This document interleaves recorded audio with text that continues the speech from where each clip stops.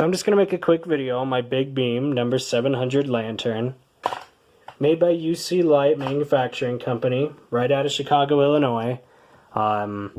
Just a big, heavy, old steel lantern, probably from about the late 40s, maybe early 40s. Just a really old design. I mean, you can tell, I mean, everything on it is steel. Even the ring for the lens, which I'm missing, is just, it's all steel. I mean, the switch is steel.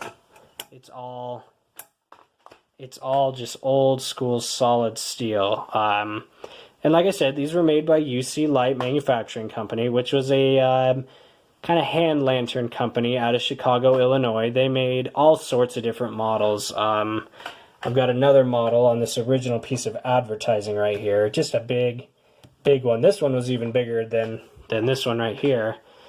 But you can see the kind of clients that they were looking for, you know, public utilities, railroads, all that thing. It was powered by 4 standard number 6 dry cell batteries, which are pretty hard to come by today.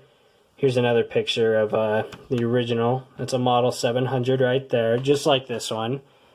Although that one had a little bit of chrome on the beam housing right there. I've seen some do that. And then here's another model that they had. I believe that's a 411 right there, Model 411, which I have one, but I'll do it in another video. Just big, heavy-duty lanterns, probably meant more to be stationary, kind of as a floodlight, utility light kind of thing.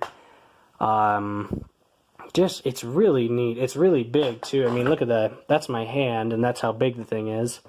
Probably went out of production in the early 50s. Big Beam started making much more retail-friendly lanterns, which you can see the size difference. And that's kind of what they focused on after that. They kind of made just smaller lanterns, and these big, heavy ones kind of slowly faded away. I've never seen one made by the company that replaced UC Light, which was Teledyne. Teledyne bought out the company, and they started putting their names on. It'd be kind of a square logo. I've never seen one say Teledyne, and they were bought out in about 1963, 62, somewhere right there. So this makes me believe these didn't last all that long, but it's a really cool thing, and it still works too. So I got a battery hooked up to it, got it working, and it works fine. It's not the brightest, it's 40s tech, but it'll light up a room just fine. It's too bright outside for me to turn it off and show you, but and then on the inside we had these connectors that went with it, I'm assuming, and then this kind of it's like a rubberized kind of pad.